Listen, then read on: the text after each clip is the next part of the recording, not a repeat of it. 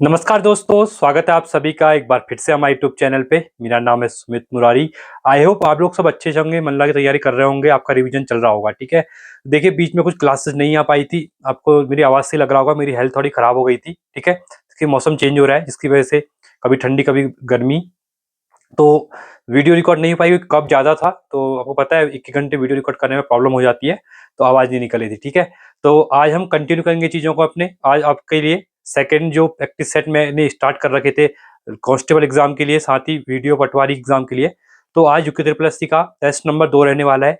पहला टेस्ट आया था, आप लोगों का अच्छा यहाँ पे रिस्पॉन्स रहा, और यहाँ पे आप लोगों ने कमेंट किए कि जल्दी प्रैक्टिस सेट, तो आज आपके दूसरा प्रैक्टिस सेट है और आपने स्कोर भी लिखा, अच्छा रिस्पॉन्स मिला, इसलिए आपका थैंक यू सो मच सभी को। तो आज हम दूसरा प्रैक्टिस सेट करेंगे अच्छे से। इसको भी वैसे देखना जैसे मैंने पहले चीज़ें बताई थी आपको, कि आपको 100 नंबर आराम से बैठना है, चाहे लाइब्रेरी में हो चाहे आप घर में हो तो सीट पे बैठेंगे, कोई बेड पे टाइम पास नहीं करेगा। और 1 से 100 नंबर तक वर्ड लिखेंगे, नंबर लिखेंगे, और उसमें मेरे आंसर करने से पहले आपके आंसर टिक करना है, और लास्ट में कमेंट में अपना आंसर यहाँ पे आपको बताना है। ठीक है, क्योंकि देखिए ईमानदारी से पेपर देना है, क्योंकि आपके लिए हेल्पफुल रहेगा। जब आप एग्जाम देने जाएंगे तो आपको खुद ही कॉन्फिडेंस आएगा। ठीक है, इसमें से बहुत से क्वेश्चन ऐसे रहेंगे जो डायरेक्टली आपको एग्जाम में देखने को मिलेंगे। तो चलो इसको अच्छे से स्टार्ट करते हैं। साथ ही आप न्यू व्यूअर हैं तो चैनल को सब्सक्राइब करेंगे, वीडियो को लाइक करेंगे, और दोस्तों के साथ वीडियो को शेयर करेंगे। ठीक है, तो चलो वीडियो को स्टार्ट करते हैं, अच्छे से इसको देखिए। चलिए स्टार्ट कर रहे हैं। ठीक है, फिर से मैं कह रहा हूं, कोई टाइम पास वीडियो नहीं है यहाँ पे। सीरियस होकर पेपर को देना, और पूरा पेपर एक बार में देना है। ये नहीं कि 20-20 क्वेश्चन करके आधे-आधे घंटे, नहीं, पूरे 100 क्वेश्चन जैसे एग्जाम हॉल में देते हो वैसे ही करना है, और चेयर पे बैठ के करना आराम से। और अपना जो भी मेरे आंसर करने पे जो हो रहा है आंसर आपका, वो आप यहाँ पे नंबर में जो लिखा होगा आपने उसमें करेंगे। ठीक है, तो टोटल मिला के टाइम पास वीडियो नहीं है, कहने का मतलब है सीरियस होकर पेपर को दो और इंजॉय करो। ठीक है, चलो स्टार्ट करते हैं। चलिए पहला क्वेश्चन है, हिंदी से स्टार्ट करेंगे। ठीक है, जो विशेषण विशेष्य की माप या तोल का बोध कराए उसे कहते हैं परिमाणवाचक विशेषण, संख्यावाचक विशेषण, गुणवाचक विशेषण, या फिर परिमाणवाचक विशेषण। तो इसका राइट ऑप्शन हो जाता है आपका परिमाणवाचक विशेषण। जो विशेषण विशेष्य की माप या तोल का परिमाण, तोल मतलब क्या होता है, आप क्या करते हैं, परिमाण कर रहे हैं, तोल रहे हैं, ठीक है, कंपेयर कर रहे हैं चीजों को, तो उसमें क्या होता है, परिमाणवाचक विशेषण होता है। ठीक है, तो ये इंपॉर्टेंट क्वेश्चन आपका हो जाएगा। इसमें क्या, जैसे संज्ञा सर्वनाम के परिमाण का बोध, ठीक है, क्या करें, परिमाण कर रहे हैं, चीजों को माप तोल कर रहे हैं। ठीक है, जैसे हम बात करते हैं, एग्जाम्पल में देता हूं मैं, 2 लीटर दूध, एग्जाम्पल है आपका ये, 1 किलो चावल। ठीक है, यहाँ पे क्या हो रहा है, हम किसी चीज का कर रहे हैं, माप तोल कर रहे हैं, तो यहाँ पे क्या होता है, परिमाणवाचक विशेषण होता है। ठीक है, देखिए क्वेश्चन हर टाइप के आएंगे, आप जल्दीबाजी मत करना कि सर नए पेपर में ऐसे पेपर नहीं आ रहे। क्वेश्चन कुछ भी आ सकता है, ये प्रैक्टिस है आपके लिए, तो प्रैक्टिस में आप कुछ भी पढ़ो। ठीक है, प्रैक्टिस कर रहे हो, आपने पढ़ा हुआ है, ये प्रैक्टिस है। ठीक है, आप हूबहू जो यूके ट्रिपल एससी का पैटर्न वैसा पेपर तो मैं नहीं बना सकता हूँ, क्योंकि वो कैसे सेट करके, हाँ उस टाइप का क्वेश्चन आपको रेडी कर सकता हूँ कि हाँ एग्जाम में क्वेश्चन ये आ सकता है। ठीक है, सेकेंड क्वेश्चन है, निम्न में से मिश्र वाक्य का चयन कीजिए। पिताजी प्रातः घूमते हैं और माताजी सायकाल घूमती हैं। पुलिस ने चोर को पीटा। यदि इस बार वर्षा हुई तो सारी फसल नष्ट हो जाएगी। राकेश बीमार है। देखिए मिश्र वाक्य की बात कर रहा है। मिश्र वाक्य क्या होते हैं, जिसमें क्या होता है, पहली बात, मिश्र वाक्य में होता क्या है। ठीक है, ये पहले इसका राइट ऑप्शन देखते हैं। यदि इस बार वर्षा न हुई तो सारी फसल नष्ट हो जाएगी। यहां पे क्या हो रहा है, चीजें क्या हो रही है, मिश्रित हो रही है। ठीक है, तो उसमें क्या, यहाँ पे क्या होता है, उद्देश्य के साथ मिश्र वाक्य में क्या होता है, उद्देश्य विधेय पर आश्रित होता है। यहाँ पे जो उद्देश्य था, विधेय पे क्या हो रहा है, यहाँ पे आश्रित हो रहा है, उसकी वजह से क्वेश्चन बन रहा है। क्या हो रहा था, यहाँ वर्षा नहीं हुई तो क्या हो रही है, फसल नष्ट, खाली फसल नष्ट नहीं हो रही है, वर्षा नहीं हुई तो तभी हो रही है यहाँ पे। ठीक है, तो ये आपका क्लियर हो जाएगा, ऑप्शन नंबर यहाँ पे सी राइट रहेगा। थर्ड है, किसी बड़े नाम पद आदि का संक्षिप्त रूप लिखने के लिए किस चिन्ह का प्रयोग करते हैं। आपने देखा होगा किसी बड़े नाम को, जैसे हम डॉक्टर लिखते हैं, ठीक है, तो इस टाइप से हम डॉक्टर लिखते हैं। ठीक है, तो ये हम शॉर्ट में लिखते हैं, तो क्या करते हैं, संक्षेप सूचक शब्द का यूज करते हैं। क्या करते हैं, हम संक्षेप सूचक का यहाँ पे यूज करते हैं। तो ऑप्शन नंबर क्या हो जाएगा आपका, बी यहाँ पे राइट हो जाएगा। ठीक है, चलिए आगे बढ़ते हैं। चौथा है, दांत काटी रोटी होना मुहावरे का अर्थ क्या है। मजबूत दांत होना, दांत से काटना, रोटी खाना, या फिर अधिक मित्रता। तो आपने बहुत बार सुना होगा, कहा जाता है कि इन दोनों के बीच में ना दांत काटी रोटी जैसा क्या है, संबंध है, मतलब अधिक मित्रता है इनके बीच में। तो ऑप्शन नंबर डी आपका यहाँ पे भी क्या हो जाएगा, इसका राइट हो जाएगा। ठीक है, पांचवा क्वेश्चन है, शुद्ध वाक्य का चयन कीजिए। आशीर्वाद, देखिए वर्तनी भी क्वेश्चन हमेशा आता है एग्जाम में। आशीर्वाद कैसे लिखते हैं आप लोग, आपने देखा होगा, जब हम आशीर्वाद को लिखते हैं, आशीर्वाद, ये आपका ऐसे आशीर्वाद लिखा जाता है। ठीक है, तो कौन सा ऑप्शन है आपका? तो ऑप्शन नंबर आपका ए है यहाँ पे, तो ये आपका राइट हो जाएगा। ठीक है, चलिए आगे बढ़ते हैं। छठा क्वेश्चन है, निम्नलिखित शब्दों में यण संधि वाले शब्दों का चयन कीजिए। अब देखिए संधि से भी मैंने इससे पहले जो वीडियो बनाई थी, अगर आपने अभी नहीं देखी है, जहां मैंने लास्ट 6 ईयर के पेपर का, जो 6 साल की जो लगातार जो पेपर हुए हैं यूके ट्रिपल एससी के नई पैटर्न पे, उसका एक वीडियो बनाया था कि कितने क्वेश्चन कहां से पूरा पूरा वहां पे लिख के बताया हुआ है। ठीक है, उसको देखिए, एक आपको आइडिया मिलेगा कि आप कौन चैप्टर पढ़ने, सभी चैप्टर नहीं पढ़ने हैं। तो संधि भी वहां पे एक इंपॉर्टेंट चैप्टर है, वर्णमाला और संधि से क्वेश्चन आते हैं। तो यहाँ पे यण संधि की बात कर रहा है कि किसमें है, अति प्लस अधिक, ई प्लस अय अत्यधिक बन रहा है, सु प्लस आगत स्वागत, ए और दोनों में यण संधि है, या फिर सत प्लस गुण सतगुण जो होता है। तो इसमें से बताना है कि यहाँ पे यण संधि किस में है। तो पहले आप देख सकते हैं यहाँ पे अत्यधिक में आपकी यण संधि है, और दूसरा है स्वागत। यण संधि देखिए आधी चीज जहां पे आती है, तो यहाँ पे यण संधि है, तो ऑप्शन नंबर सी हो जाएगा। दोनों में क्या है यहाँ पे हमारी क्या है, यण संधि है। ठीक है, अत्यधिक में भी और एम भी। चलिए आगे बढ़ेंगे। 7वां क्वेश्चन, निम्नलिखित में से यौगिक शब्दों का चयन कीजिए। सेनापति, अनुशासन, चतुराई या फिर ये सभी। अब देखिए यौगिक शब्द क्या होते हैं, पहली बात तो जहां पे दो या दो से अधिक क्या होता है, दो या दो से अधिक क्या होता है, शब्द मिलकर बनते हैं। ठीक है, दो शब्द मिलकर जहां पे बनते हैं वहां पे, जैसे यहाँ पे देखिए सेना और पति, तो दोनों सेनापति। अनु प्लस शासन अनुशासन, चतु प्लस राई चतुर आई। पहला एक चतुर है आपका, प्लस आई है यहाँ पे। ठीक है, बहुत बार क्वेश्चन पूछता है चतुराई में प्रत्यय, आपका प्रत्यय क्या है, उपसर्ग प्रत्यय पढ़े होंगे आप लोगों ने। ठीक है, तो यहाँ पे आई जो चतुराई, तो इन तीनों में क्या है यहाँ पे, ये आपका यौगिक शब्द है। ठीक है, तो इसको याद रखना, यहाँ पे दो या दो से अधिक शब्दों से मिलकर बनता है उसको यौगिक कहते हैं जो शब्द। ठीक है, अगला है 8वां, जीवन का विलोम शब्द है मरण, मृत्यु, पोषण या फिर ये सभी। ठीक है, तो इसका राइट ऑप्शन क्या हो जाएगा, जीवन का मरण होता है। ठीक है, तो यहाँ पे विलोम की बात करें तो विलोम शब्द आपको पढ़ना है। तो यहाँ से आपको एक आइडिया मिल रहा होगा। देखिए अब जहां पे चीज करवा रहा हूं ना, आपको जो क्वेश्चन नहीं आ रहा है, तो जैसे आपको यहाँ पे ये नहीं आया, तो आप जाके यौगिक शब्द पढ़ेंगे। आपको अगर विलोम याद नहीं है तो विलोम शब्द जाके पढ़ेंगे। आपको संधि नहीं रिकॉल हुई यहाँ पे, तो एक बार जल्दी से जाके संधि के आपके नोट्स होंगे उनको वहां पे रिवाइज करेंगे। प्रैक्टिस सेट का मतलब ही ये होता है, देखो नंबर कितने आएंगे वो मैटर नहीं करता है, क्योंकि ये आपका फाइनल एग्जाम नहीं है। हाँ, बट इससे आप कितना सीख रहे हैं, आपने कितना चीजें आपकी यहाँ पे प्रैक्टिस के तौर पे आ रही है, आपने जो पढ़ा है आज तक प्रैक्टिस में, वो होता है मेन। ठीक है, प्रैक्टिस सेट का मतलब होता है। चलिए 9वां क्वेश्चन है, क्रिया की विशेषता बताने वाला होता है विशेषण, प्रविशेषण, क्रिया विशेषण या फिर क्रिया विशेषण। क्रिया प्रविशेषण या फिर क्रिया विशेषण। तो क्रिया की विशेषता बताने वालों को यहाँ पे क्या कहा जाता है, तो क्रिया विशेषण कहा जाता है। तो ऑप्शन नंबर डी आपका यहाँ पे राइट होगा। 10वां है, उच्चारण के आधार पर इनमें से कौन सा मूल स्वर नहीं है, अ, ई, उ, री। अब यहाँ पे कह रहा है, देखिए उच्चारण के आधार पर कह रहा है कि मूल स्वर नहीं है कह रहा है। ठीक है, तो देखिए री क्या होता है, हमारा मूल स्वर नहीं है, बाकी अ, ई, उ क्या है, हमारे मूल स्वर है। व्यंजन और स्वर आपने पढ़े होंगे। ठीक है, तो ऑप्शन नंबर आपका यहाँ पे डी हो जाएगा। चलिए 11वां क्वेश्चन है, क्या कह रहा है इसमें, सूचियों का मिलान करना है। मराठी, उर्दू, फ्रेंच, पंजाबी इनकी दी हुई है। ठीक है, सूची 1 का मिलान करना है। अब जैसे देखिए जो फ्रेंच है आपका, इसका हो जाएगा रोमन से, तो गौकावन, तो गौकावन आपका एक ही ऑप्शन में डायरेक्टली आपका एलिमिनेट यहाँ पे हो सकता है। आगे भी देखेंगे हम। अब देखिए मराठी जो है, मराठी का संबंध देवनागरी से है, तो ये आपका 4th हो जाएगा। उर्दू का संबंध है फारसी से।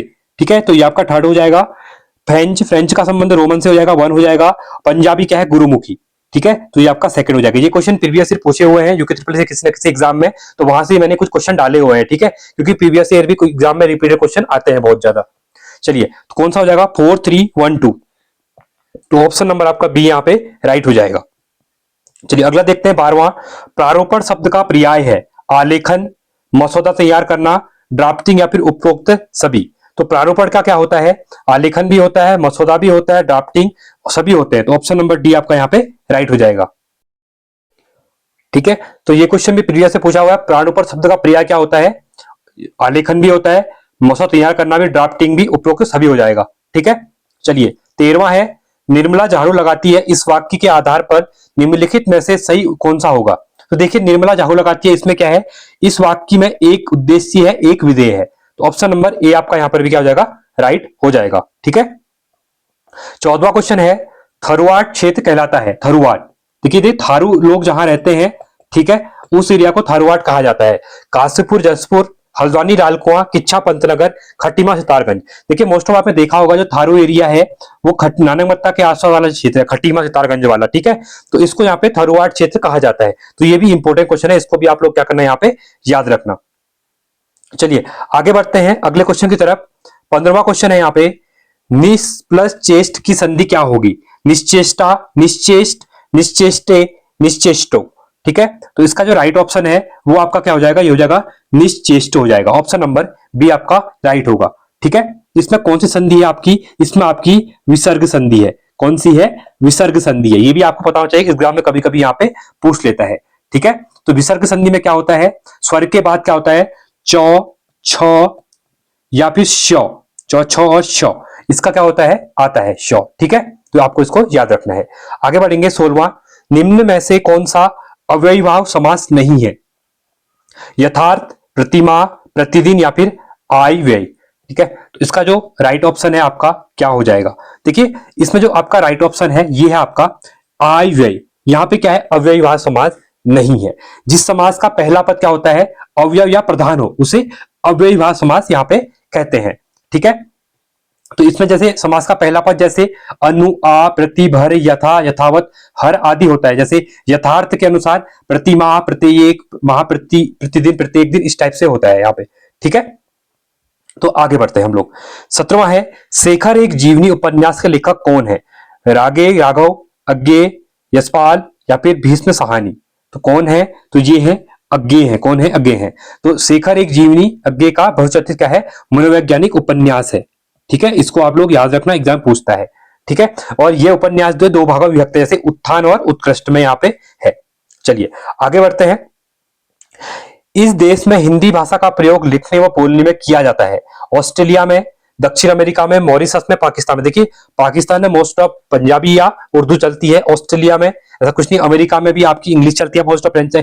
देखिए मोस्ट ऑफ जो मॉरिशस में देखा होगा आपको हिंदी। तो ये इंपॉर्टेंट क्वेश्चन है, इसको आप लोग याद रखना, ठीक है। तो मॉरिशस देश में हिंदी भाषा का प्रयोग लिखने और बोलने में किया जाता है।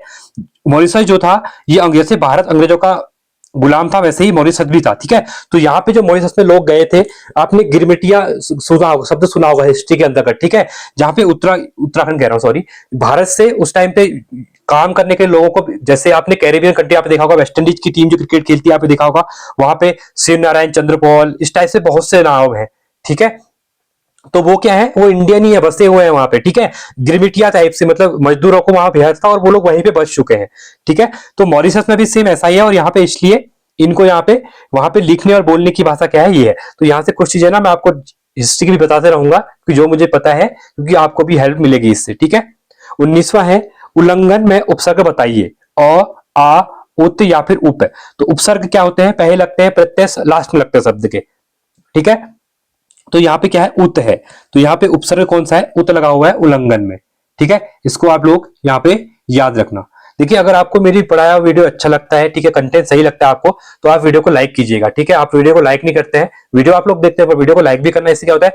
मुझे भी मोटिवेशन मिलता है, और साथ ही जो मेरी वीडियो होती है भी आगे फॉरवर्ड होती है, ठीक है। ये एल्गोरिथम होता है यूट्यूब का, जितनी वीडियो में लाइक्स मिलेंगे और वीडियो उतनी ही आगे जाती है यहाँ पे, ठीक है। मैंने आपके लिए फ्री टेस्ट सीरीज कर रखी है, आप लोग कहीं और देखेंगे मार्केट में तो यहाँ पे पेड टेस्ट सीरीज होती है, मैं आपके लिए फ्री प्रोवाइड कर रहा हूँ। तो मुझे भी इतना होता है कि आप लोग एक लाइक कर दो वीडियोस को, ठीक है। चलिए 20वां है, उपापो, उहापो का पर्यायवाची है निश्चित, असमंजस, अभिभूत या फिर व्यग्रता, ठीक है, व्यग्रता। तो वह का पर्यायवाची यहाँ पे क्या हो जाएगा? तो ये हो जाएगा आपका असमंजस हो जाएगा। क्या हो जाएगा? असमंजस हो जाएगा, ठीक है। दूसरा ऐसा क्या होता है? दुविधा होता है, ठीक है। अंत द्वंद्व होता है, ठीक है। एक अंत द्वंद्व भी होता है, ठीक है। पेन प्रॉपर नहीं चलिए पर आप इसको रखना। एक आपका धर्म संकट भी होता है, ठीक है, धर्म संकट भी होता है, ठीक है। तो इसको आप लोग यहाँ पे याद रखेंगे, ठीक है। चलिए आगे बढ़ते हैं। ये थे हमारे हिंदी क्वेश्चन। अब यहाँ पे हम शुरू करेंगे अपने जीएस से क्वेश्चन, सॉरी ये रीजनिंग के क्वेश्चन, ठीक है। तो ये आपका 21 रहेगा। देखिए क्या कह रहा है? कैलाश, गोविंद और हरिंदर बुद्धिमान है, ठीक है। कैलाश, राजेश और जितेंद्र कठिन परिश्रमी है। राजेश, हरिंद्र और जितेंद्र ईमानदार हैं। कैलाश, गोविंद और जितेंद्र महत्वाकांक्षी हैं। निम्न में से कौन न तो ईमानदार है कह रहा है, न ही कठिन परिश्रमी है, किंतु महत्वाकांक्षी है। देखिए अब ये क्वेश्चन को यहाँ पे अगर मैं करूंगा तो ज्यादा टाइम लग जाएगा, ठीक है। तो इसको आप लोग कमेंट सेक्शन में बताएंगे, आपके लिए होमवर्क है। चलो अब टेस्ट सीरीज में 100 में से कितने नंबर आए, तो आप 99 में से करना। तो ये आपके लिए होमवर्क है, देखता हूँ आपने कितनी रीजनिंग पढ़ ली करके। ठीक है, करने को मैं कर दूं, पर यहाँ पे ना पूरा डायग्राम आना पड़ेगा, बहुत टाइम लग जाएगा। ठीक है, तो ये आप लोगों के लिए क्वेश्चन है, तो आप लोग कमेंट सेक्शन में बताएंगे इसको। ठीक है, इसका स्क्रीनशॉट आप लोग ले लो। चलिए देखिए, वर्ष 2009 का कैलेंडर किस वर्ष के समान होगा। देखिए आपने एक चीज देखा होगा, अगर लीप ईयर से +1 होता है, एक साल ज्यादा होता है, तो वो 6 साल बाद रिपीट होता है। ठीक है, तो ये 2009 है, तो 2008 के बाद 2009, ठीक है, लीप ईयर के +1 है, तो ये 2015 में रिपीट होगा। ठीक है, तो ऑप्शन नंबर सी हो जाएगा। मैंने कैलेंडर चैप्टर करवाया हुआ है, आप जाके उसको देख सकते हैं, चीजें क्लियर हो जाएंगी। अब देखिए यहाँ पे क्या हो रहा है, ये 22 था आपका। ठीक है, ये आपका 23 है।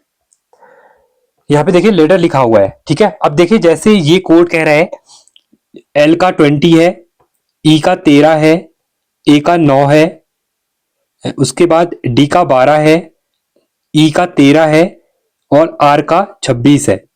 ठीक है, उसी प्रकार लाइट का क्या होगा कह रहा है। पहले बार आप लोग देखिए एल का 20 बोला हुआ है।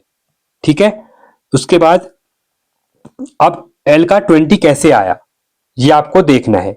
ठीक है, उसके बाद जो आई है, अब देखिए जो एल का क्या होता है, एल जो होता है आपका वो होता है 12 होता है। ठीक है, तो इनने क्या कर रखा है, +8 कर रखा है। तो ई का क्या होता है, 5 होता है। 5 में +8 अगर मैं करता हूं तो कितना हो जाएगा, ये आता है 13। ठीक है, तो ई का देखिए 13 हुआ है, मतलब इनने +8 कर रखा है। ठीक है, तो आई का क्या होता है, 9 होता है आपका। ठीक है, तो इसमें हम 8 ऐड करेंगे अगर, तो ये कितना हो जाएगा, ये आपका 17 हो जाएगा। तो देखिए 17 वाला हमारे पास एक ही ऑप्शन है यहाँ पे। आगे भी हम चेक करेंगे जी। ठीक है, अब जी हमारा कितना होता है, जी का अल्फाबेट होता है आपका ठीक है, तो देखिए जी, अब जी दिया हुआ है, तो जी का अल्फाबेट होता है 7 होता है। ठीक है, तो 7 में +8 करेंगे हम, ये कितना हो जाएगा, 15 हो जाएगा। तो देखिए यहाँ पर 15 दिया हुआ है, तो ऑप्शन तो हमारा मिल गया ये है करके। ठीक है, सही में।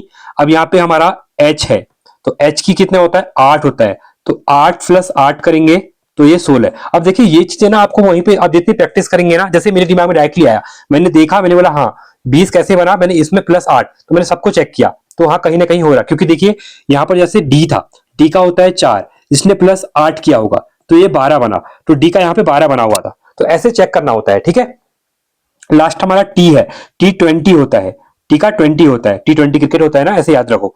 तो टी में हम 8 ऐड करेंगे तो 28, तो 28 बनेगा, तो ऑप्शन नंबर सी हमारा यहाँ पे राइट हो जाएगा। ठीक है, तो और ऐसे क्वेश्चन आते हैं, प्रीवियस ईयर पूछे हुए हैं। ठीक है, इनमें आप लोग ध्यान देंगे। अब आपका आता है 24 क्वेश्चन कौन सी आकृति निम्नलिखित श्रृंखला को जारी रहेगा। देखिए अभी मैं पूरी तरह से ठीक नहीं हूं, थोड़ी वॉल्यूम थोड़ा प्रॉब्लम आ रही होगी वॉइस में, तो आप लोग एडजस्ट कर लेना। ठीक है क्योंकि आप लोग बार बार कमेंट कर रहे थे, इसलिए मैंने मुझे अभी बना रहा हूं, क्योंकि आपकी पेपर भी आने वाला है कांस्टेबल का। ठीक है, तो कौन सी आकृति निम्नलिखित श्रृंखला को जारी रखेगी। देखिए पहली वाली में यहाँ पे इस टाइप से हुआ है, इसके बाद एक छोड़ने के बाद यहाँ पे हुआ है, तो अगले वाले में यहाँ पे है। ठीक है इसके बाद अगले वाले में 2 छोड़ के ऊपर चले गया है। ठीक है, अब अगले वाले में क्या होगा, फिर से यहाँ पे आ चुका है, फिर अगले वाले में क्या होगा, 3 छोड़ेगा और यहाँ पे आएगा, कहां पे आएगा, नीचे साइड को आएगा। ठीक है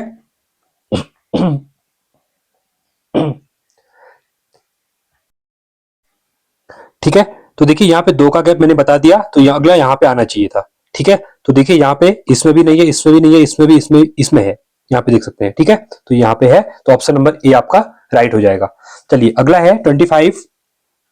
देखिए श्रृंखला दी हुई है। ठीक है, कह रहे हैं कि इसके बाद यहाँ पे क्या आएगा। अब देखिए 4, 6, 9, 13.5। अब इन दोनों के बीच में गैप देखिए, 2 का गैप है, यहाँ पे 3 का गैप है।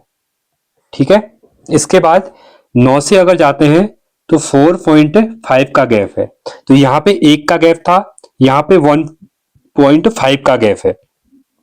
इसके बाद अगला जो आएगा आपका 13.5 के बाद, तो ये आएगा 1.5। अब यहाँ पे 4.5 था। ठीक है, तो 4.5 के बाद अगला 6.5 होकर ऐड करते हैं, यहाँ पे कितना आएगा 6.5। ठीक है, 6.75 भी कर सकते हैं। ठीक है, तो ये आपका बनेगा 20 के आसपास। ठीक है, इसको देखे ना एक बार, और ये 25.5 भी बनेगा। देखिए अगर 13.5 था इसमें हम अगर ऐड करते हैं 6.5 करते हैं, हाँ तो ये 25 फाइन बन रहा है। ठीक है, तो ऑप्शन नंबर आपका बी पे राइट रहेगा। ठीक है, चलिए 26 है, चार गांव ए बी सी डी एक सरल रेखा में है। ठीक है, एक सरल रेखा है, यहाँ पे ए बी सी डी चार गांव है कोई, तो बी डी से 10 किलोमीटर दूर है, कोई बी है और ये डी है, इनके बीच में 10 किलोमीटर का डिस्टेंस है। ठीक है, ए गांव डी और सी के बीच में है। अब ए गांव कह रहा है डी और सी के बीच में है, यहाँ पे कोई ए होगा, ये सी यहाँ पे होगा। ठीक है, बताया नहीं था कि एक साथ है। ठीक है, इसलिए तो इनके बीच में कह रहा है ए है, डी और डी, यहाँ पे देखिए डी और सी के बीच में ए गांव है कह रहा है। ठीक है, सी से बी की दूरी, जो सी से बी की दूरी कह रहा है सी से डी के बीच की है, तो सी से जितनी दूरी यहां की है उतनी दूरी इन दोनों के बीच में भी है कह रहा है। ठीक है, जो कि सी से डी की तक की दूरी से 2 किलोमीटर अधिक है कह रहा है। ये कह रहा है जो ये है इनके बीच में 2 किलोमीटर ज्यादा है कह रहा है, टोटल 10 है हमारे पास। ठीक है, और सी से बी की दूरी कितनी है, तो जो सी है और ये बी कितना है कह रहा है, ये अगर 2 है तो ये भी 2 होगा, जो 4 हो जाएगा, टोटल 10 है, तो ये हमारी 6 होगी इसका मतलब। ठीक है, 6 हो जाएगी, तो ऑप्शन नंबर बी हो जाएगा। सी से बी की दूरी हमें पूछी हुई है, तो ये दोनों सेम थे, तो 2 ये हो जाएंगे, और 10 में से अगर 4 को माइनस करते हैं तो 6, तो रिमेनिंग आपका जो ये बचेगा ये आपका 6 हो जाएगा। ठीक है, 27 है, यदि अंग्रेजी वर्णमाला के प्रत्येक अक्षर का मान उसके वर्णमाला के क्रम के बराबर है।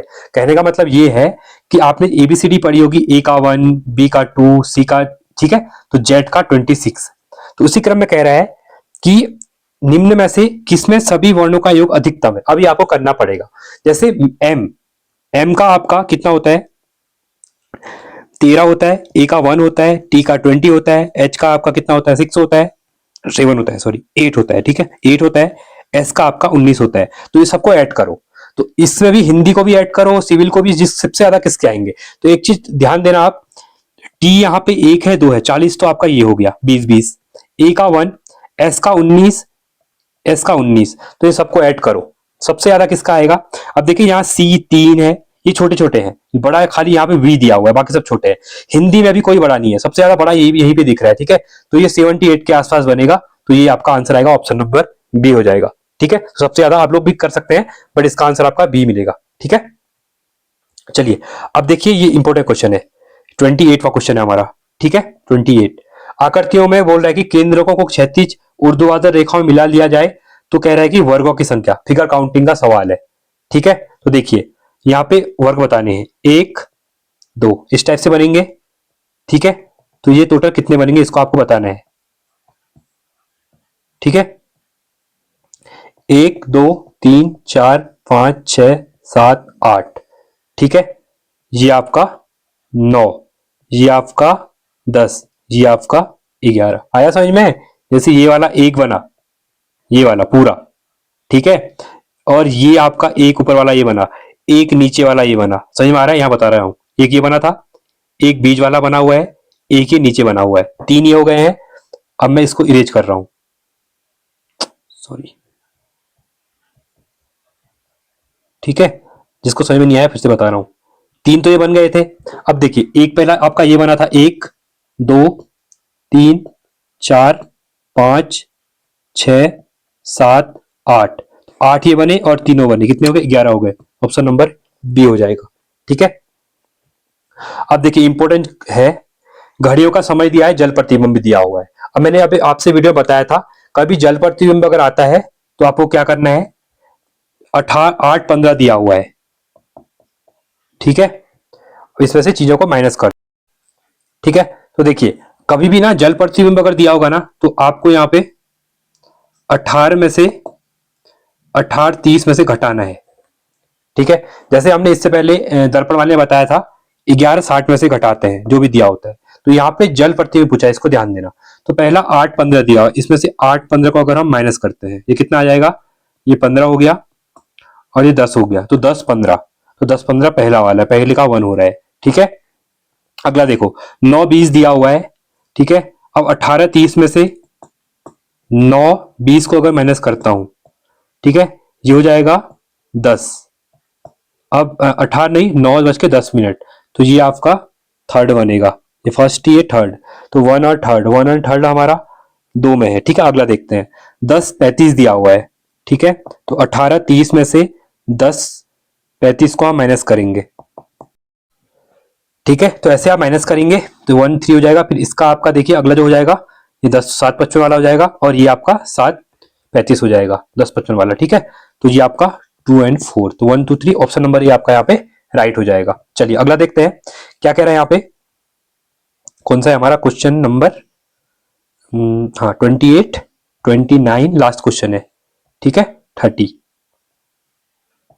गड़बड़ हो गई थी यहाँ पे, ठीक है, इसलिए। चलिए लास्ट क्वेश्चन है, इस महिला का परिचय कराते हुए राम ने कहा, देखिए राम क्या कह रहा है, महिला का परिचय कर रहा है, वह मेरी दादी।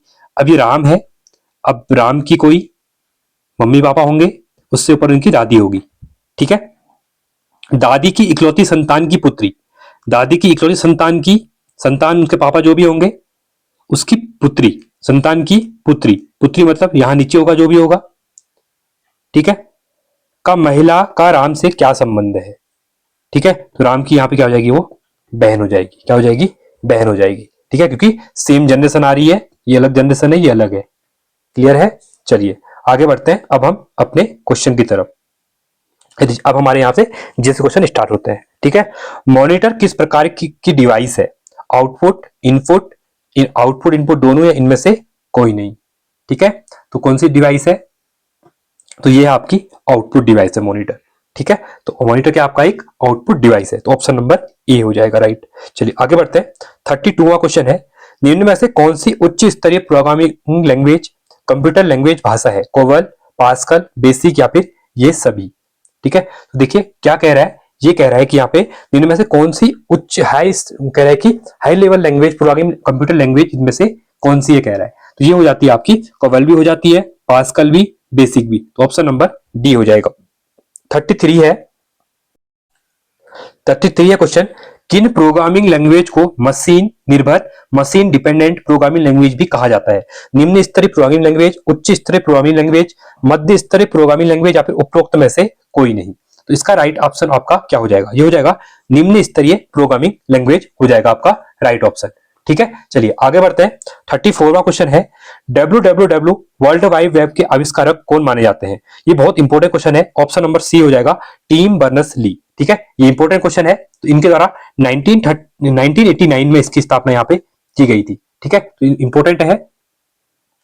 चलिए अगला है आईटी अधिनियम 2000, ठीक है। जो आईटी अधिनियम है, महत्वपूर्ण अवधारणाओं को पेश किया गया, इलेक्ट्रॉनिक रिकॉर्ड, डिजिटल हस्ताक्षर प्रमाणित करने वाला प्राधिकरण या फिर उपरोक्त सभी, तो इसका राइट ऑप्शन है आपका ऑप्शन नंबर डी हो जाएगा इसका राइट ऑप्शन। तो आईटी अधिनियम जो 2000 का था, ठीक है, इसमें इलेक्ट्रॉनिक रिकॉर्ड, डिजिटल हस्ताक्षर प्रमाणित करने वाले प्राधिकरण आदि सब चीजों को इसमें क्या क्या पेश किया गया था।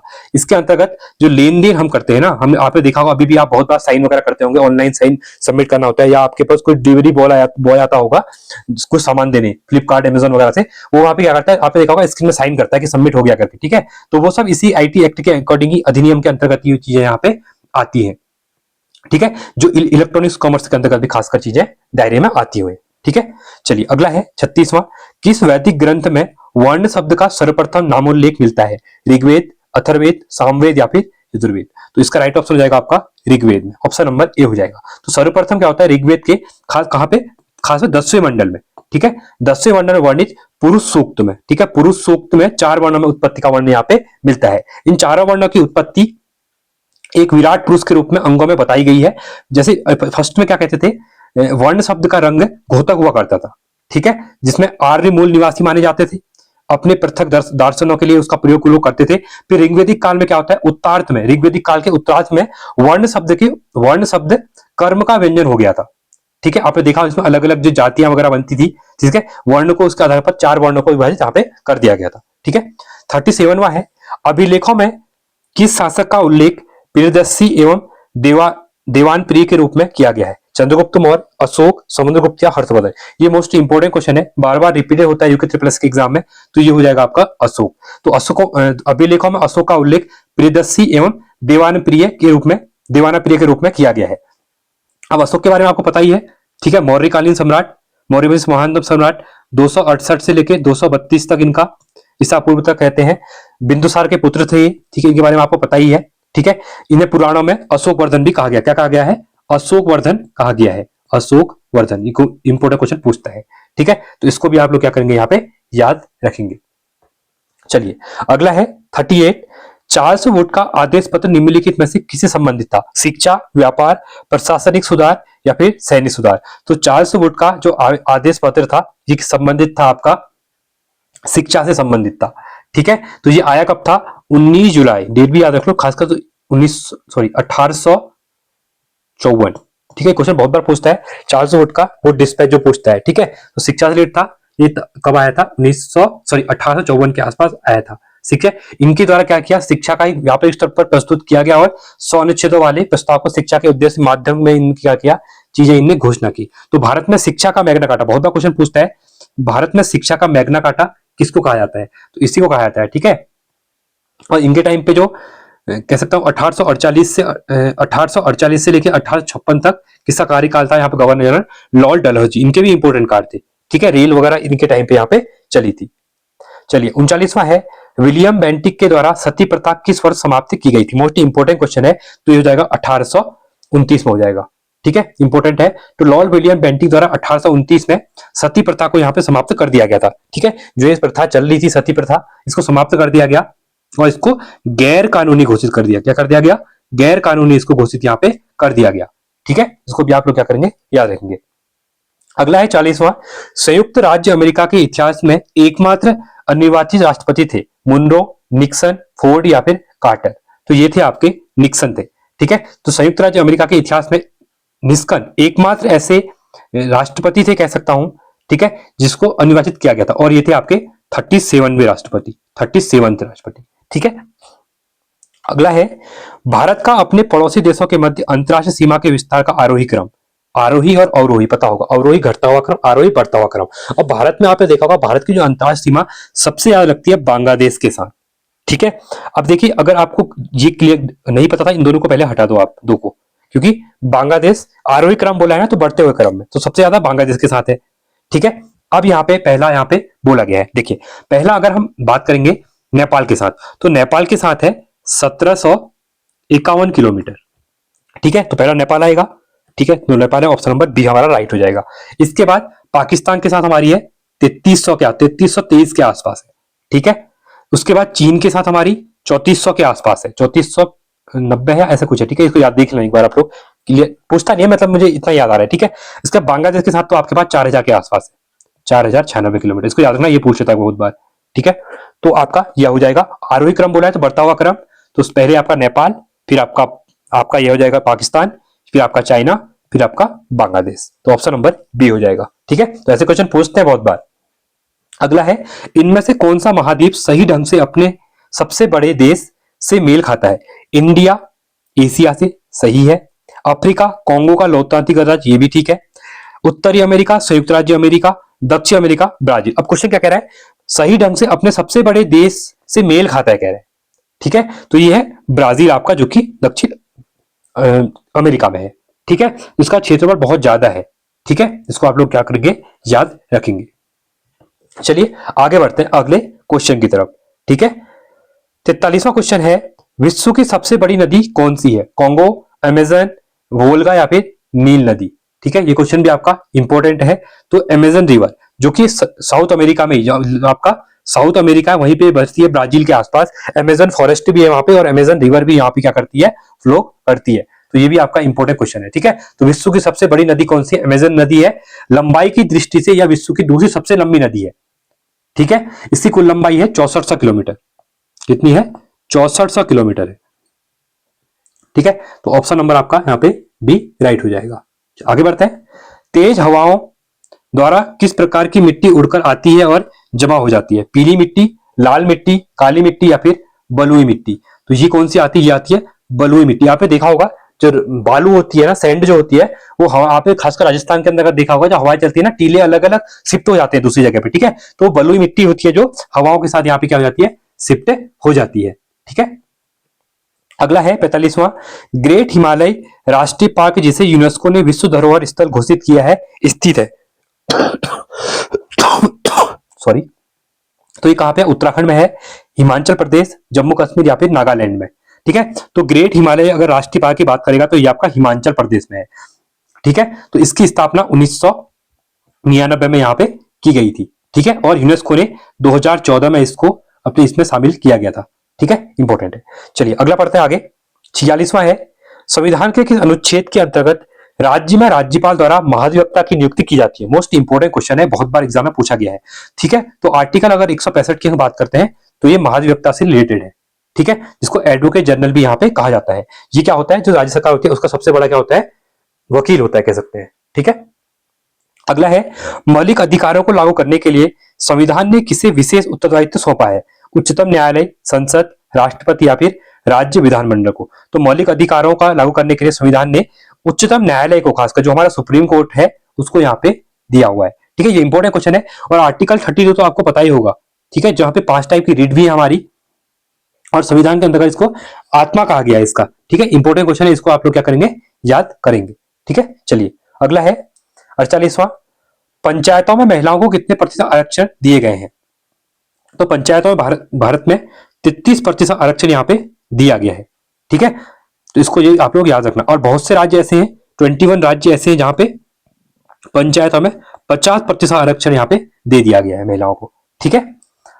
अगला है, निम्नलिखित में से कौन सी समिति ने मूल कर्तव्य को संविधान में सम्मिलित करने का सुझाव दिया था? मल्होत्रा समिति, नरसिम्हन समिति, राघवन समिति या फिर स्वर्ण सिंह कमेटी? अब देखिए यहाँ पे आपने देखा होगा, मैंने बहुत बताया है, भाग 4 के अंतर्गत, भाग 4A के अंतर्गत आर्टिकल 51A के अंतर्गत 10 फंडामेंटल ड्यूटीज को ऐड किया गया था, मौलिक कर्तव्यों को। अभी वो 11 हैं, ठीक है। तो 42 संविधान संशोधन हुआ था आपका 1976 में, तो वहां पे स्वर्ण सिंह कमेटी की रिकमेंडेशन के द्वारा इसको ऐड किया गया था। तो ऑप्शन नंबर डी आपका यहाँ पे राइट हो जाएगा, ठीक है। 50वां है, विश्व स्वास्थ्य संगठन WHO का मुख्यालय कहाँ है? वियना, रोम, जेनेवा, न्यूयॉर्क? तो ये है जेनेवा में। अब आप लोगों के लिए क्वेश्चन है, WHO की स्थापना कब हुई थी? आप कमेंट सेक्शन में बताएंगे, ठीक है, कौन सन में बना था WHO, ठीक। आगे बढ़ते हैं अगले क्वेश्चन की तरफ। तो ऑप्शन देता हूं आपको, 1948, 1947, 1946, 1945। यूनेस्को सॉरी WHO कब बना था, आप लोग यहाँ पे बताएंगे, ठीक है। साथ में अगर हो सके थोड़ा कष्ट कर लेना, कितने मेंबर है वो भी लिख लेना। सॉरी लिख लिया मैंने, कोई नहीं, हाँ कितने मेंबर है वो भी लिख लेना, ठीक है। चलिए WHO में कितने मेंबर है, कभी कभी ना थोड़ा एफर्ट भी कर लिया करो, ठीक है। इससे क्या होता है ना, आपको चीजें याद रहती हैं, आप लिख लोगे वहां पे।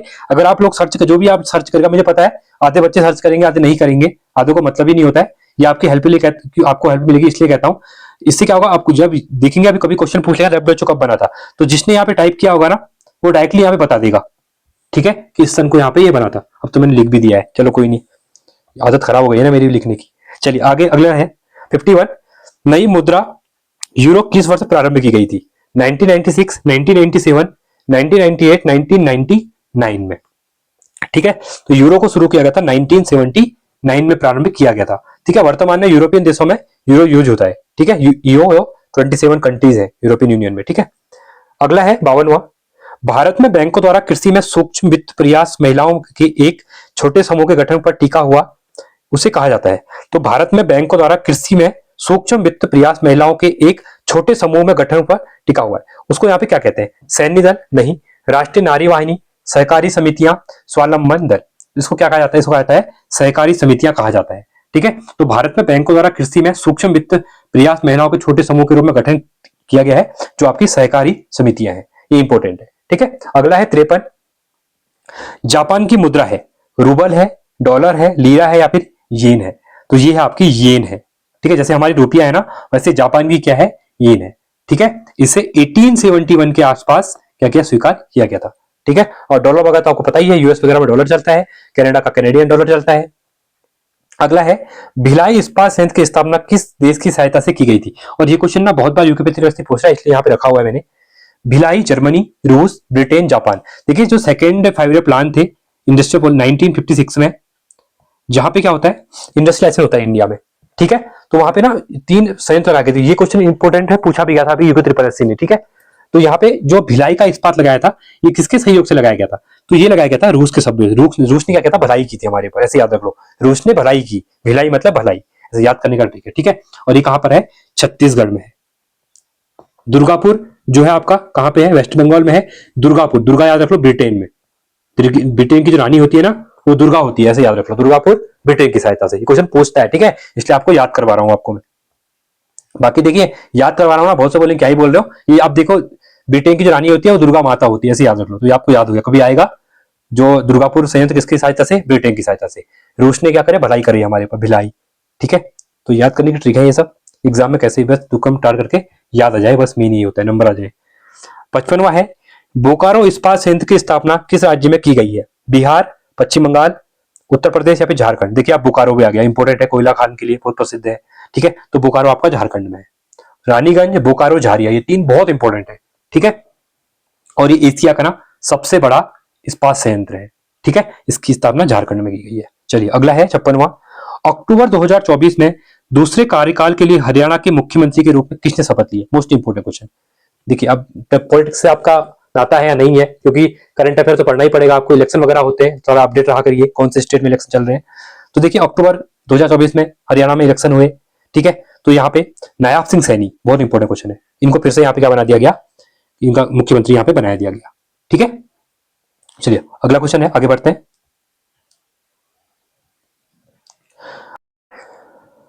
अल्फ्रेड नोबेल 2024 की स्मृति में आर्थिक विज्ञान में स्वरिजनेस रिक्सरैंक पुरस्कार से सम्मानित किया गया है। ये क्या गया? डारोन एंग्ल्यू, साइमन जॉनसन। जैसे क्वेश्चन देखिए आउट ऑफ सिलेबस क्वेश्चन कोई होते हैं तो यही क्वेश्चन होते हैं। ठीक है, तो इसलिए इन्हें भी कर लेना कभी कभी जरूरी होता है। ठीक है, तो ऑप्शन नंबर ए आपका यहाँ पे राइट हो जाएगा। अगला है, भारत में पोलो खेल का प्रचलन किसने प्रारंभ किया था? पुर्तगाली, यूनानी, अंग्रेजी या फिर तुर्क लोगों ने? तो ये शुरू किया था तुर्कों ने।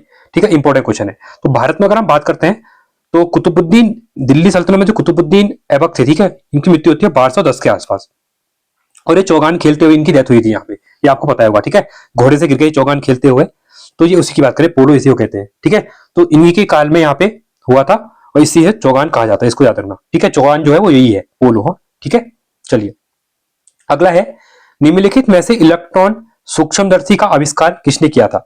नोलर रुस्का, रॉबर्ट कोच, लुबेहॉक, सीवी स्वानसन।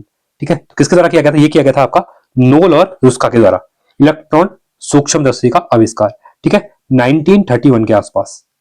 चलिए अगला क्वेश्चन है 60वां क्वेश्चन, अजंता की गुफाओं के बारे में निम्नलिखित में से कौन सा कथन सत्य नहीं है? अजंता एलोरा की गुफाएं आपने सुना हो, कहां पे है? महाराष्ट्र में। कहां पे है? महाराष्ट्र में। ठीक है, कौन सा सही नहीं है कह रहा? ऐसे क्वेश्चन बहुत आ रहे हैं, देखिए स्टेटमेंट टाइप में, मतलब फुल मिला के। ठीक है, चलिए पहला कह रहा है यहाँ पे, अजंता की गुफाओं को वर्ष 1983 में यूनेस्को विश्व धरोहर स्थल में रूप में शामिल किया गया था। ठीक है, तो ये तो आपका सही है। अगला है, ये गुफाएं महाराष्ट्र के औरंगाबाद के पास सह्याद्री पर्वतमाला में स्थित, ये भी सही है। इन गुफाओं में आकृतियों को फ्रेस्को पेंटिंग का उपयोग करके दर्शाया गया, ये भी सही है। अजंता की गुफाओं की खुदाई 12वीं शताब्दी से 16वीं शताब्दी के बीच की गई, नहीं, ये आपका गलत हो जाएगा। ठीक है, और ये तीनों आपके ऊपर सही है, गलत पूछा गया तो ऑप्शन नंबर डी हो जाएगा। ठीक है, इन गुफाओं का विकास हुआ आपका 200 ईसा पूर्व के आसपास से लेके 650 के आसपास। ठीक है, औरंगाबाद में है, ये आपको पता ही है। 29 है, और 29 की 29 बौद्ध गुफाएं हैं। ठीक है, ये भी एडिशनल चीजें, इनको भी आप लोग क्या करना है यहाँ पे याद रखना। आगे बढ़ते हैं। ठीक है, अब यहां से आएंगे आपके उत्तराखंड के क्वेश्चन, 40 क्वेश्चन करेंगे उत्तराखंड के रहेंगे।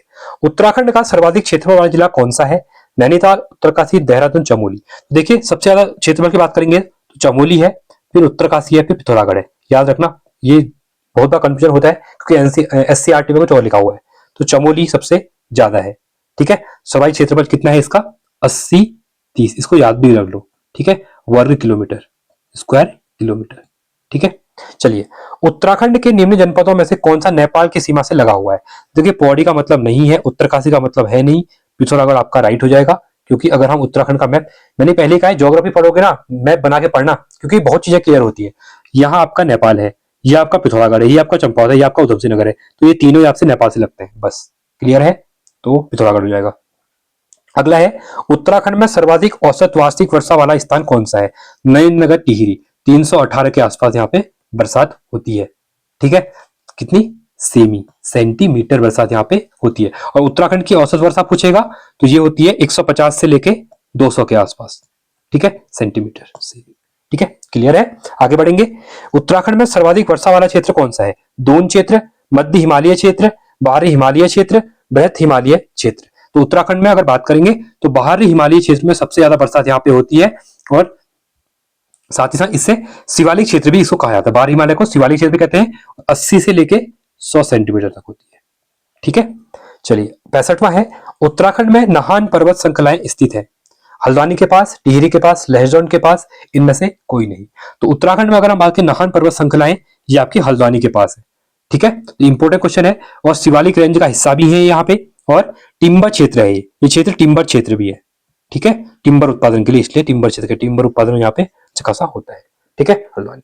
66वां है, कुमाऊं तथा गढ़वाल के नेपाल दरबार के सर्वोच्च पदाधिकारी कौन होते थे? काजी बहादुर भंडारी, कर्नल गार्डनर, हेमंत चंद या फिर अमर सिंह थापा। तो कुमाऊं और गढ़वाल में नेपाल दरबार के सर्वोच्च जो पदाधिकारी थे उनको कहते थे। ठीक है, ये इंपॉर्टेंट क्वेश्चन है, तो ये हो जाएगा ऑप्शन नंबर डी आपका, ये हो जाएगा अमर सिंह थापा। आपने हिस्ट्री में इनको पढ़ा भी होगा। ठीक है, तो कुमाऊं और गढ़वाल के नेपाल दरबार के सर्वोच्च अधिकारी अमर सिंह थापा जी थे। ठीक है, जी लगा जाते हैं। ठीक है, रिस्पेक्ट देनी चाहिए चीजों को, लोगों को। 67वां है, किसने सेनानायक अमर सिंह थापा को काली नदी से सतलज पार के क्षेत्र तक सर्वोच्च न्यायाधीश नियुक्त किया था?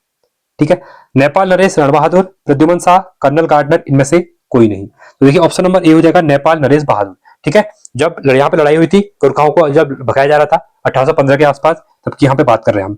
ठीक है, तो सतलज नदी से इनको पार भगाया जाता था न्यायाधीश। ठीक है, देखिए अब बहुत से कहेंगे कि ये पेपर अलग बना रहे हो, मैं फिर से कह रहा हूँ ये प्रैक्टिस सेट है, ये रियल एग्जाम नहीं है। तो इसमें हर टाइप के क्वेश्चन कराए जाएंगे आपको। ठीक है, आपको ये भी आने चाहिए, आप जितने भी इसमें 100 में से 100 ले आओ, 100 में से 40 ले आओ, पर प्रैक्टिस करो आप। ठीक है, 68वां है, निम्न में से किस राजनीतिक स्वतंत्रता सेनानी ने अपने नाम के आगे से जातिवाचक शब्द को हटा लिया तथा जीवन पर विदेशी वस्त्रों का बहिष्कार किया? ये मोस्ट इंपोर्टेंट क्वेश्चन है। ठीक है, सीधे सुमन, हेमंत चंद्र बहुगुणा, भक्त दर्शन, इंद्रमणि पटौदी जी। तो भक्त दर्शन के द्वारा अपने नाम से जातिवाचक शब्द यहाँ पे हटा दिया गया था।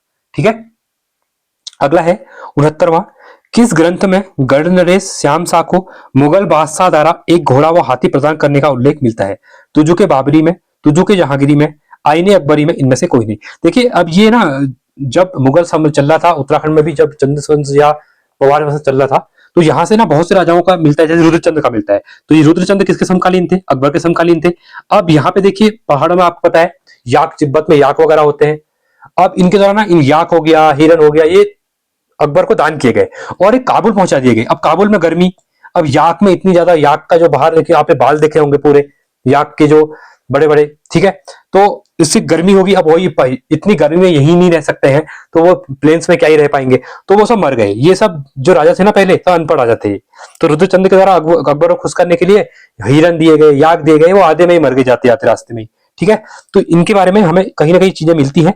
तो यहाँ पे यही पूछा गया कि गढ़ नरेश श्याम शाह को मुगल बादशाह द्वारा एक घोड़ा व हाथी प्रदान करने का उल्लेख मिलता है, ये किसमें उल्लेख मिलता है इसके बारे में? ये मिलता है तुजु के बाबरी में। ठीक है, तो तुजु के बारे में गढ़ नरेश श्याम शाह को मुगल बादशाह द्वारा एक घोड़ा व हाथी प्रदान करने का उल्लेख यहाँ पे मिलता है, किसमें? तुजु के बाबरी में। ठीक है, 70वां है, इतिहासकार बद्रीदत्त पांडे कार्तिकेयपुर राजाओं को किस नाम से पुकारते थे? छत्रवंशी, सूर्यवंशी, चंद्रवंशी या फिर चंदेलवंशी? इसका राइट ऑप्शन है आपका सूर्यवंशी कहते थे। ठीक है, तो इतिहासकार जो बद्रीदत्त पांडे जी हैं, इनके द्वारा कार्तिकेय राजाओं को सूर्यवंशी नाम से पुकारा जाता है। और बद्रीदत्त पांडे जी ये वर्ष 1913 से 1918 तक अल्मोड़ा अखबार का संपादन किया था। और उसके बाद ये 1817 में जब बंद हो, सॉरी 1917 में जब बंद होता है, तो शक्ति समाचार पत्र का प्रकाशन फिर शुरू होता है यहाँ पे। ठीक है, तो इसको भी आप लोग क्या करेंगे, यहाँ पे याद रखेंगे। और इनके द्वारा ही 1916 में क्या की गई थी?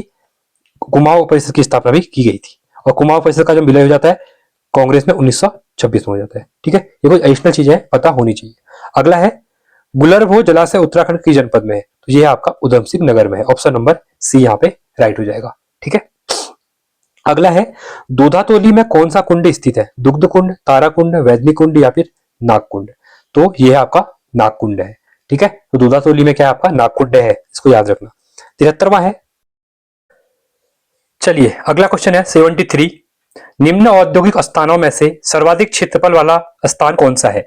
एकीकृत औद्योगिक स्थान हरिद्वार, एकीकृत औद्योगिक स्थान पंतनगर, सितारगंज या फिर सैलाकुई? किसकी बात कर रहा है? सर्वाधिक क्षेत्रफल की बात कह रहा है। ठीक है, तो ये है आपका एकीकृत औद्योगिक स्थान पंतनगर, ये सबसे बड़ा है उत्तराखंड में। ठीक है, जितने भी यहाँ पे स्थान है, सिर्फ की बात कर रहा है। ठीक है, 74 है, देहरादून में आरबीआई की शाखा स्थापित कब की गई थी? ये मोस्ट इंपोर्टेंट क्वेश्चन है। ठीक है, तो उत्तराखंड की अगर बात करेंगे, RBI reserve bank of India. ठीक है, ये इंपोर्टेंट क्वेश्चन है। भारत में बैंकों का बैंक किसको कहा जाता है? ठीक है, जो मुद्रा वगैरह जितनी छपती है हमारी करेंसी वगैरह वो आरबीआई यहाँ पे छापता है। तो इसकी स्थापना जो की गई थी उत्तराखंड में, ये की जून 2006 में की गई थी। कब की गई थी? जून 2006 में की गई थी। तो इसका राइट ऑप्शन कौन सा हो जाएगा आपका? ये हो जाएगा ऑप्शन नंबर सी हो जाएगा। ठीक है, अगला है चैती की जनजाति का सर्वाधिक त्योहार एवं मेला है। मोस्ट इंपोर्टेंट क्वेश्चन है। तो चैती के बारे में आपने सुना होगा, ये आपका बोक्सा जनजाति जो रहती है, ठीक है, उधम सिंह नगर के आसपास, उनका मतलब खास कह सकते हैं काशीपुर में हो गया, उधम सिंह नगर मान सकते हैं। ठीक है, इनका त्योहार और मेला है यहाँ पे। अगला है निम्नलिखित में से किस नृत्य का संबंध युद्ध कौशल से है? चांचरी, थाली, चैती पसारा या फिर सराव। ठीक है, इंपोर्टेंट क्वेश्चन है ये भी आपका।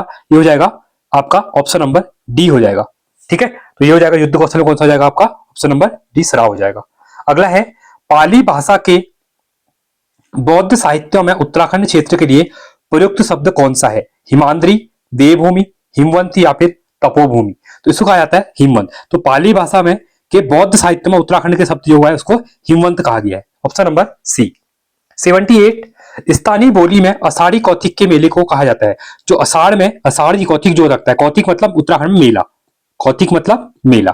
ठीक है, तो नंदा देवी मेला, सोमनाथ मेला, माघ मेला या फिर बगवाल मेला। तो ये इंपॉर्टेंट क्वेश्चन है। ठीक है, तो बगवाल मेला आपने सुना होगा। आषाढ़ी कौतिक जो आपका रक्षाबंधन होता है, रक्षाबंधन के दिन खासकर मैं बात करूं, ये इंपॉर्टेंट अभी टूरिस्ट डेस्टिनेशन ही बन चुका है। ठीक है, आपका जो बाराही मंदिर है, बाराही मंदिर जो आपका चंपावत डिस्ट्रिक्ट में है। ठीक है, चंपावत डिस्ट्रिक्ट में बाराही मंदिर, रक्षाबंधन के दिन यहाँ पे पाषाण युद्ध, पहले पाषाण युद्ध, पत्थरों से युद्ध चलता था आपस में। ठीक है, जब तक कि एक इंसान का रक्त न बह जाए, जब तक आपस में वहां पे जो चार खाम है, ठीक है, चार खामों के हम नाम बताएंगे। ठीक है, तो चार खाम जो है वो आपस में लड़ते हैं, आप एक दूसरे पत्थर की बरसात करते हैं, क्योंकि ये इंपॉर्टेंट क्वेश्चन है। ठीक है, क्वेश्चन बहुत बार पूछता है एग्जाम में, इसलिए। और अभी उत्तराखंड में ये क्वेश्चन बहुत न्यूज में भी है, क्योंकि धामी जी के द्वारा इसको प्रमोट किया जा रहा है। ठीक है, 79 है निम्नलिखित में से कौन सा उत्सव रंग संस्कृति के लिए जाना जाता है? सालम रंगोत्सव, दारमा घाटी उत्सव, कोट महोत्सव या फिर उमाकर्ण महोत्सव। तो ये आपका कौन सा हो जाएगा? तो ये हो जाएगा आपका दारमा घाटी। जो दारमा घाटी है वहां पे रंग संस्कृति के लिए जानी जाती है वो। ठीक है, दारमा घाटी उत्सव जो है आपका। अगला है उत्तराखंड की प्रथम महिला सैन्य अधिकारी है कैप्टन राधा भट्ट, कैप्टन भावना गुरुरानी, कैप्टन निहारिका सिंह, कैप्टन कलावती रावत। ठीक है, तो इंपोर्टेंट क्वेश्चन है आपका। तो कैप्टन भावना गुरुरानी जो है, गुरुरानी, ये उत्तराखंड की पहली महिला सैन्य अधिकारी बनी है अभी। ठीक है, 81 है उत्तराखंड में आयुर्वेदिक विश्वविद्यालय की स्थापना कहाँ की गई है? हरिद्वार, नैनीताल, देहरादून या फिर काशीपुर में। तो आयुर्वेदिक विश्वविद्यालय की अगर हम बात करते हैं तो उत्तराखंड में यह आपका देहरादून में है। ठीक है, अगला क्वेश्चन है यहाँ पे 82वां क्वेश्चन। उत्तराखंड के किस जिले के कृषि विश्वविद्यालय में वर्ष में 2 बार कृषि कुंभ का आयोजन किया जाता है? मोस्ट इंपोर्टेंट क्वेश्चन है। ठीक है, तो ये कौन सा हो जाएगा? देखिए, पहली बात रुद्रप्रयाग, चमोली, उत्तरकाशी, इनको हटा दो, ये हो जाएगा उधम सिंह नगर। अब देखिए 1960 में नेहरू जी के द्वारा यहाँ पे पंतनगर कृषि विश्वविद्यालय की स्थापना यहाँ पे की जाती है। मोस्ट इंपोर्टेंट क्वेश्चन है। तो यह है कहां पे? ये उधम सिंह नगर में है, पंतनगर में। कहां पे है?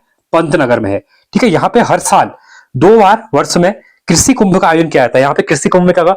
नई नई वेराइटी आएंगी कृषि से रिलेटेड, देश भर के किसान यहाँ पे आते हैं, बड़ी बड़ी जो कृषि उपकरण होते हैं नए नए जो आते हैं वो सब यहाँ पे में लगता है। ठीक है, बहुत इंपॉर्टेंट क्वेश्चन है। जो अगर पंतनगर यूनिवर्सिटी में पढ़ाई करता होगा तो उनको पता होगा इसके बारे में। ठीक है, कोई बीएससी करा, बीटेक वगैरह वहां से कर रहा होगा तो उनको इसके बारे में पता होगा। 83 है बद्रीनाथ मंदिर स्थित है चमोली में, टिहरी में, रुद्रप्रयाग में या फिर उत्तरकाशी में। तो बद्रीनाथ मंदिर कहां पे आपका? ये आपका चमोली में है। ठीक है, इंपॉर्टेंट है बद्रीनाथ मंदिर, उत्तराखंड में टूरिज्म के, खासकर टूरिज्म के रूप में जाना जाता है। ठीक है, अगला क्वेश्चन है उत्तराखंड के 4 धाम गंगोत्री, यमुनोत्री, बद्रीनाथ और केदारनाथ किन जिला समूह में स्थित है? मोस्ट इंपोर्टेंट क्वेश्चन है, बहुत बार पूछा गया है। ठीक है, देखिए पहली बात, गंगोत्री और यमुनोत्री जो है ये आपके उत्तरकाशी में है। ठीक है, बद्रीनाथ अभी हमने देखा चमोली में है, केदारनाथ आपका रुद्रप्रयाग में है। मोस्ट इंपोर्टेंट क्वेश्चन है। ठीक है, और अभी इनकी 4 धाम यात्राएं भी चल रही है अभी। तो देखिए उत्तरकाशी, चमोली, रुद्रप्रयाग। ठीक है, तो ऑप्शन नंबर आप देख सकते हैं, टिहरी वाला कट जाएगा, पौड़ी वाला कट जाएगा, टिहरी चमोली टिहरी कट जाएगा, उत्तरकाशी, रुद्रप्रयाग और चमोली। ऑप्शन नंबर सी हो जाएगा।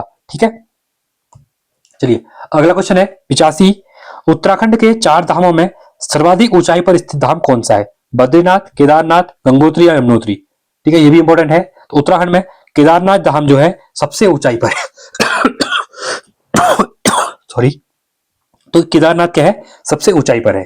ठीक है, अगला क्वेश्चन है, और सब देखिए एक क्वेश्चन यहाँ पे यही पूछता है, उत्तराखंड का सबसे बड़ा सबसे ऊंचाई मंदिर कौन सा है? तो यह तुंगनाथ, तुंगनाथ है।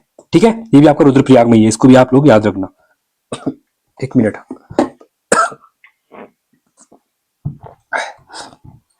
चलिए आगे है। उत्तराखंड में स्थित चार धामों का हरिद्वार से दूरी के बढ़ते क्रम में कौन सा कुछ सही है? देखिए तीनों क्वेश्चन एक जैसे डाल दिए यहाँ पे, कोई नहीं, चलो प्रैक्टिस है, कोई बात नहीं। देखिए अगर हरिद्वार से हम दूरी देखते हैं, ये हरिद्वार है आपका, यहां से दूरी में क्रम में देखते हैं तो यमुनोत्री, गंगोत्री, ठीक है, इस टाइप से आपका हो जाएगा। यमुनोत्री, सॉरी यमुनोत्री होता है, फिर केदारनाथ हो जाएगा आपका, ठीक है, फिर आता है आपका गंगोत्री, फिर आता है बद्रीनाथ। ठीक है, तो ये आपके दूरी के बढ़ते क्रम में इस टाइप से लगा सकते हैं। ठीक है, तो यमुनोत्री, ठीक है, उसके बाद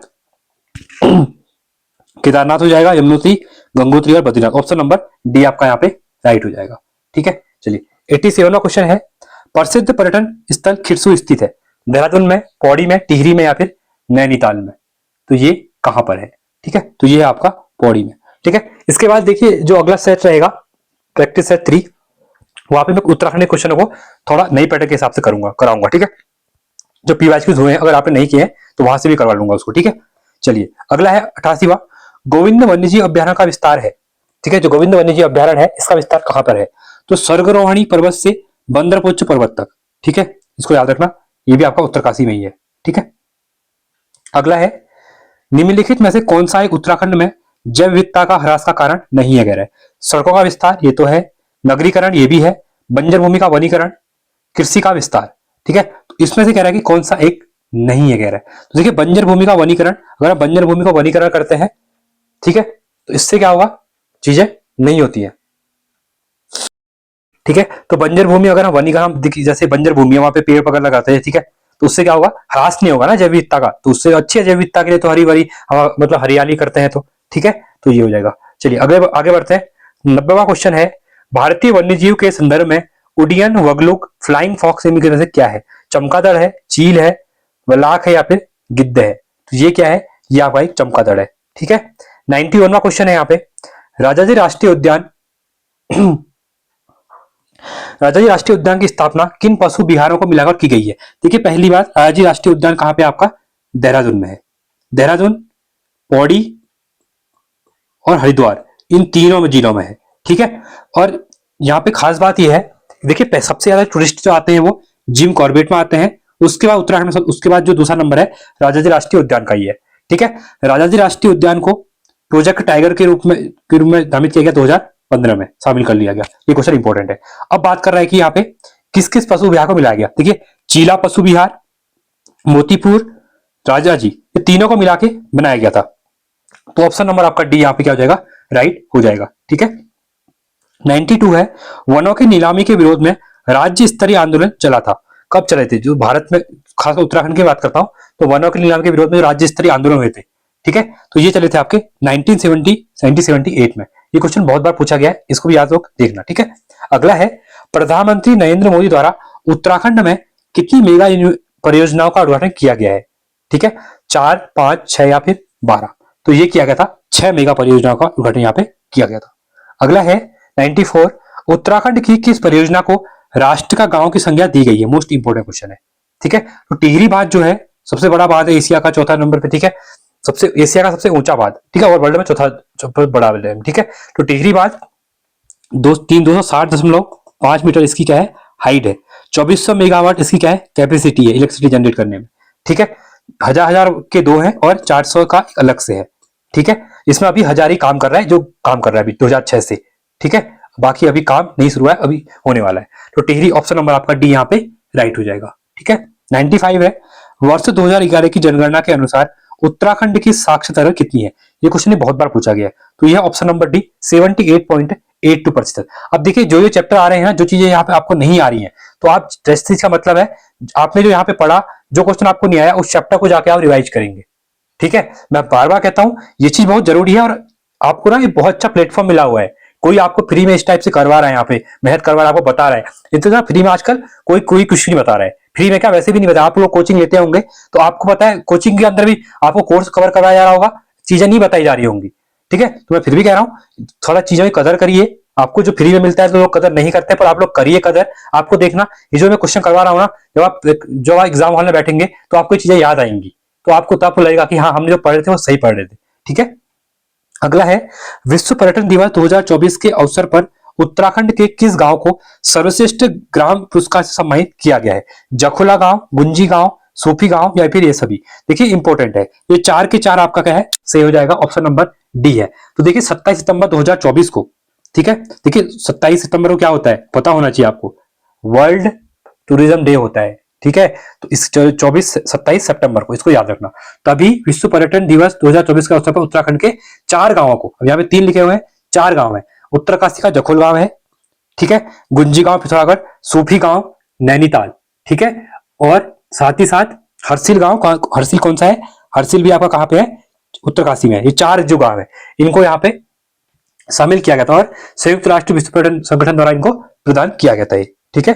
अगला है उत्तराखंड राज्य में प्रत्येक वर्ष गढ़भोज दिवस कब मनाया जाता है? देखिए इंपॉर्टेंट है, तो 7 अक्टूबर को गढ़भोज दिवस यहाँ पे बनाया जाता है, ठीक है। इंपॉर्टेंट क्वेश्चन है, इसको भी आप लोग क्या करेंगे, याद करेंगे यहाँ पे, ठीक है। चलिए आगे बढ़ेंगे। 98 है छठवें राज्य खाद्य सुरक्षा सूचकांक 2024 में उत्तराखंड को कौन सा स्थान प्राप्त हुआ है? ये मोस्ट इंपोर्टेंट क्वेश्चन हो सकता है। तो 18वां स्थान प्राप्त हुआ है, ये करंट अफेयर में आएगा क्वेश्चन, ठीक है, इसको डायरेक्टली याद रखना। उत्तराखंड में सॉरी, पहली बात सस्टेनेबल डेवलपमेंट गोल की अगर बात करेंगे तो इसमें केरल के साथ उत्तराखंड को पहला स्थान मिला है, 79 नंबर है इनके, ठीक है। और यही बात अगर खाद्य सुरक्षा सूचकांक की बात करेगा तो इसमें 18वां नंबर मिला हुआ है, ठीक है। ये इंपॉर्टेंट है, इसको भी आप लोग याद रखना, ठीक है। और इसमें अगर पूछेगा खाद्य सुरक्षा में पहला कौन है, तो पहला आपका केरल है, ठीक है, पहले रैंक पे। 99वां है हाल ही में किसे गिरी गौरी गंगा सम्मान से सम्मानित किया गया है? प्रोफेसर संतोष सिंह बिष्ट, प्रोफेसर दीपक रजवार, प्रोफेसर भूपेंद्र पाल, प्रोफेसर या फिर डॉक्टर यहाँ पे गजेंद्र सिंह, ठीक है। तो इसको मिला हुआ है, ये इंपॉर्टेंट क्वेश्चन पूछ सकता है एग्जाम में, ऐसे भी आते कभी कभी, तो डॉक्टर गजेंद्र सिंह को। और हमारा आज का लास्ट क्वेश्चन है, यहां तक पहुंच गए हो तो कमेंट में अपना आंसर लिख के जाना, ठीक है, मतलब कितने क्वेश्चन आपके सही बने हैं। दिसंबर 2024 में 10वें अंतर्राष्ट्रीय आयुर्वेद सम्मेलन का आयोजन उत्तराखंड में कहां किया गया? इंपॉर्टेंट क्वेश्चन है, 10वें आयुर्वेद, पहले क्वेश्चन तो ये पूछेगा कि अंतर्राष्ट्रीय आयुर्वेद सम्मेलन का कौन सा संस्करण देहरादून में हुआ? 10वां हुआ, तो ऑप्शन नंबर बी हो जाएगा यहाँ पे राइट ऑप्शन, ठीक है। तो 12 से लेके 15 तक, तो 12 से 15 दिसंबर 2024 को देहरादून में ये हुआ था, ठीक है। तो ये थे हमारे कंप्लीट 100 क्वेश्चन। अब आपको मजा आया होगा, कैसी लगी कमेंट सेक्शन में बताएंगे, वीडियो को लाइक करेंगे, चैनल को सब्सक्राइब करेंगे और ऐसे ही मुझे मोटिवेट करते रहेंगे। तो ये था हमारा important lecture 100 question. I hope आपने देखा होगा किस टाइप से क्वेश्चन बने थे यहाँ पे, और साथ ही आपने जो स्कोर आपका बना हुआ है वो आप कमेंट में लिख के जाएंगे, और साथ ही वीडियो को लाइक करेंगे, ठीक है। और साथ में टेलीग्राम चैनल को आप लोग ज्वाइन करें ना, वहाँ पे इंपॉर्टेंट अपडेट वगैरह जो मिलती रहती है आप लोगों को, और ऐसे ही आपके लिए भी आगे चीजें कंटिन्यू रहेंगी। आज के लिए इतना ही, थैंक्स फॉर वॉचिंग, जय हिंद, वंदे मातरम।